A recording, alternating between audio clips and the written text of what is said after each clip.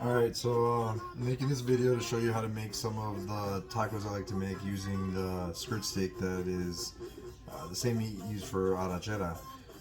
We're not going to be soaking it in anything though, we're just going to be, no marinade or anything, we're just going to be cooking with it right out of the refrigerator. So you can see it's pretty thin meat. It can be tough, so I do have this pre-ran through the machine. You can kind of see all the holes perforating it. At my local butcher, they run it through a machine that pokes holes in it, kind of tenderizes the meat before you cook with it. So that helps. You don't have to do this step, just might be a little bit more chewy if you don't. So we're going to start out by taking these pieces and breaking them down. So let's cut them up into small strips so you don't have huge chunks of meat just sitting in the pan.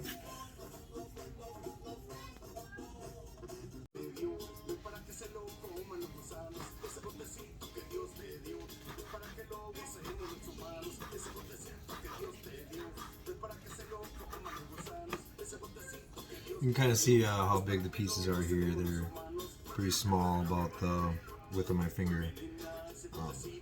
Not very long either, a couple inches maybe at longest. So you just want to be able to fit them in a taco and stuff when it's cooked.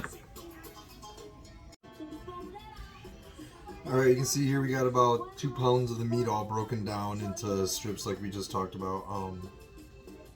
Next step's going to be to put some seasoning on here. I like to use the Goya Sazon Total. This stuff's really good, easy to use. You can just put it on most things anyway. I like to use a heavy amount of it though, so. Alright, so I like to put a lot of this on. It's not really salty, but I feel like if you use enough of it, it really gives it a really good flavor. But I really like strong flavor in my food, so maybe it's just me, but I usually put a decent amount of this on. I'll put a little bit on it first here, and I'm going to put more on later on when it's in the pan. So now I'm going to get my pan all warmed up on the stove here and get prepared to put this in there to start that. So let me get that ready for you then. Alright, so we got the pan hot and ready. I put it up to 6 out of 10, so a little bit above medium, just to get it hot, nice and quick. We're gonna throw some onions in here and get them nice and dark before we put the meat inside here. I like to spray a little bit of the canola oil before I put the onions in, just to make sure they don't stick to the pan.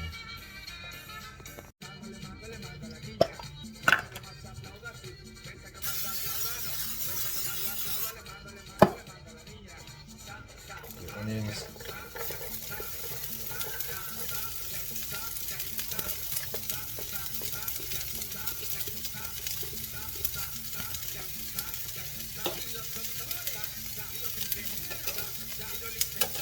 Now we're going to leave those in there for a little bit, just like I said, to get them nice and dark on one side. We can spread them out a little bit just so that they all get a little bit of some darkening on them.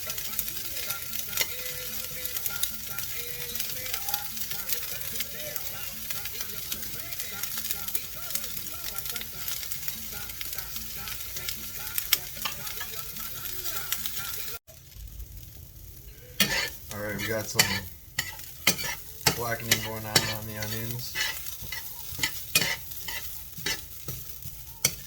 Put that to another second here and put the meat in here then and get that going. So I can't season it all in this small board, but I was able to season just the top here. You can kind of see how much I put on there. I'm just going to put this in here and try to kind of flip it on there. So I can season the other side of the meat as well. Just a little hard to do with smaller stuff in my kitchen here. It's a decent amount of meat.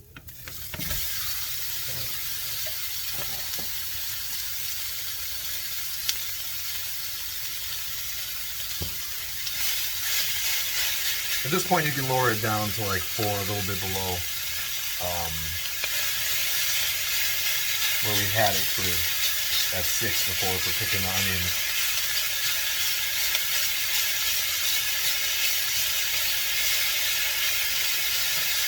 Try and break it up a little bit here so I season the top here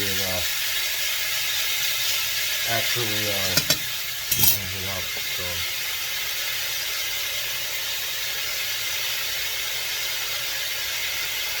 again, I put a lot on, but that's just me. You put however much you want on there, right? So I like to see a lot of the seasoning on all the little bits of meat here, knowing that they're all coated nicely in the sazon that we talked about earlier. So once that's all coated on here, and you got the onions in here, and that's going, you're going to see that some of this is pink here and not cooked yet, and some of it's a little darker, the stuff that's already been on the pan side. You're just going to kind of let it cook for a little bit here, and then kind of mix it all up.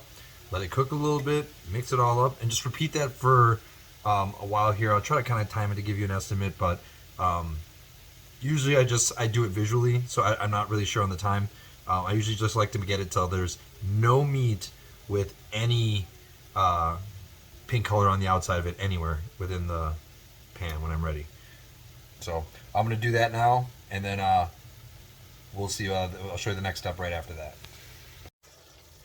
Alright, so it looks like we got a lot of the meat cooked here. You look, you don't really see any, there's no pink left.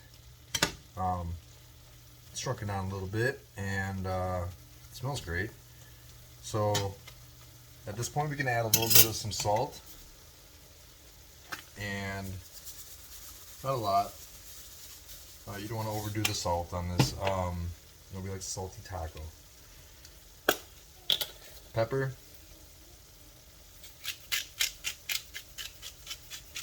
Again, not a ton, just some in there. I'm not really showing the amount exactly, but you kind of saw what I put in there.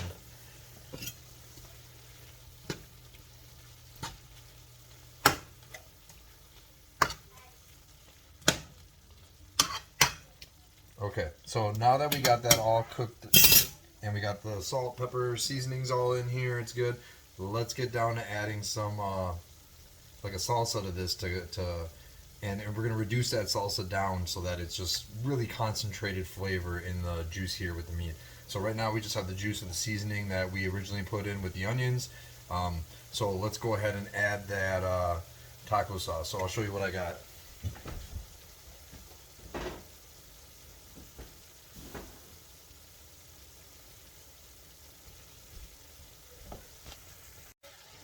Alright, so we got the meat cooked here. I said we're going to grab the salsa. Here's the salsa I like to use. It's a taqueria type salsa. Let me see what's in it here. It says tomatoes, onions, audible peppers, iodized salt, soybean, oil, garlic, citric acid, vinegar, and spices. So it does kind of have, I can taste obviously the tomato. The audible peppers kind of give it like a smoky taste to it. I do really like this stuff. I usually use about half of this container on one of this dish here. So we're gonna go ahead and put a little bit more in here. Now I also like to add hot sauce here, so you can skip this step if you don't want the hot sauce, if you're not into the hot stuff, but I like using this hot sauce. It's my favorite hot sauce. I don't use a lot of it because we have the kids that eat this, and we don't want it to really be like super ridiculous. But I do put a decent amount. My kids do like spicier food. I will add this into my tacos after this is done to even add more of that hot flavor. But for now, we're just going to put a little bit in here. You can skip that step. It's not really necessary. But I like to do it personally. It just really adds a nice little kick to the dish. Now I've mixed in the sauce and the hot sauce and everything at this point. You can see it's all kind of stirred together in here. The meat's already pretty much cooked. You could eat it as it sits right now, but we're doing this extra step here. Adds a lot of flavor to the sauce that goes with it, and helps really soften up the meat that is in there. So we're gonna keep this going for a little bit here until it reduces down. All right, so I kind of got this reduced down to kind of where I like it. I don't know if you can really tell in here. I'll try to take it off here so you can kind of see, but a lot of the meat showing. The sauce is kind of more slow moving. You know, it's kind of thickened up at that point.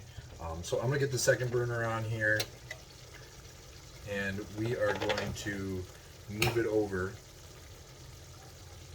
On the second burner here, I'm going to keep it on low because at this point it's pretty much done, but I just like to keep it all hot while I'm finishing up the tortillas. Also at this point, I like to cover it. Not a necessary step, really, but I think it kind of like steams it in there. I'm not 100% sure, but it turns out pretty tender, so I don't know. It seems like it works. But I'm not a scientist when it comes to this. All right, we got this pan kind of heated up here. We're going to be using Lagros tortillas. These are my favorite, but you can use any kind of tortilla you like. We prefer corn in this house with this meal, but some people don't like corn. Some people like flour, but I feel like this dish tastes best with corn. So again, our trusty canola oil. Quick spray in the pan, just so we don't get the tortillas sticking. I like to do 4 at a time on here. And I kind of, you see here, I kind of get them all twisted together there, and that kind of fits them really nicely into the pan. Now, when I do every once in a while, you know, kind of, you can rotate them around a little bit if you feel like it's not cooking really well on that one side that's overlapping. But this is a nice, quick way to get 4 done at the same time, and I believe 3 batches of 4 should be this pack here. So let me get these tortillas cooked up here, and then I'll kind of show you how those look. You're just going to give them a little bit of browning on each side. This isn't too crazy. Some people like them crispy, some people like them just lightly heated. This is more personal preference when it comes to the tortillas, but you do want to cook them. At a bare minimum, at least microwave and get them hot. Alright, so these are already flipped. You can kind of see they've got like a little golden color. They do shrink diameter-wise a little bit when they cook, so that's another way to tell that they're cooked or heated up. When I am done heating them up, I like to get out a towel here and lay them out on the towel and then kind of fold the towel over the top of them for each batch, just to make sure that they stay warm until we're ready to eat the actual dish. So let's pull these off.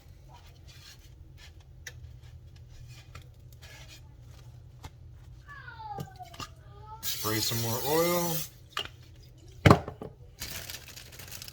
And you can grab another 4 and get those going on there as well. And you can keep this going until you get the whole pack done.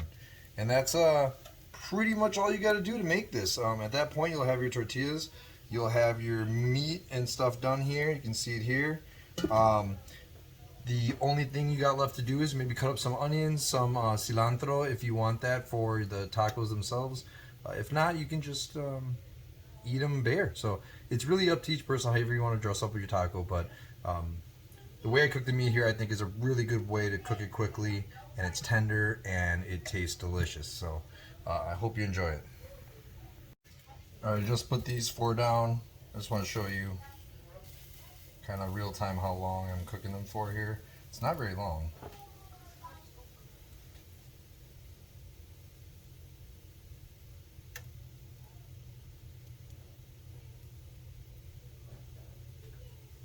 You can kind of see them shrinking here as I'm cooking them.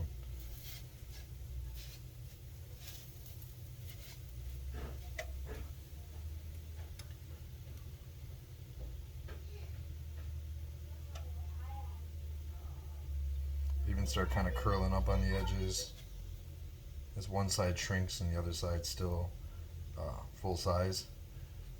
But when we flip them, they kind of even out. It just becomes smaller diameter overall. You can see on the one I flipped here, it's really that golden brown color. That's from the oil that we sprayed on there. That really does give it a delicious little golden brown color on the outside, and I think adds a little bit to the flavor of the tortilla, to be honest. Really just completes it, makes it taste that much better. So we're just going to heat up the other side here. You can rotate them in here if you want to make sure they're perfectly even, but not necessary. You can just throw them in there and cook them. It's not a big deal. So these are almost done. So I'm going to shut off the stove early. Just with the residual heat, they can finish cooking in here. Our meat is basically done on this side here. I'm just going to give it a little bit of a stir. Mix up what we got going on here with the sauce, which is thickened up nicely. Let me actually bring you over here so you can kind of see that.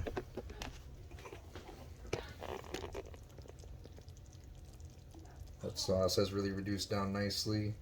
The meat's kind of showing nicely coated everywhere. It's all flavor in there, so that's the best part. So you want to keep that definitely intact. And we'll close that up for right now.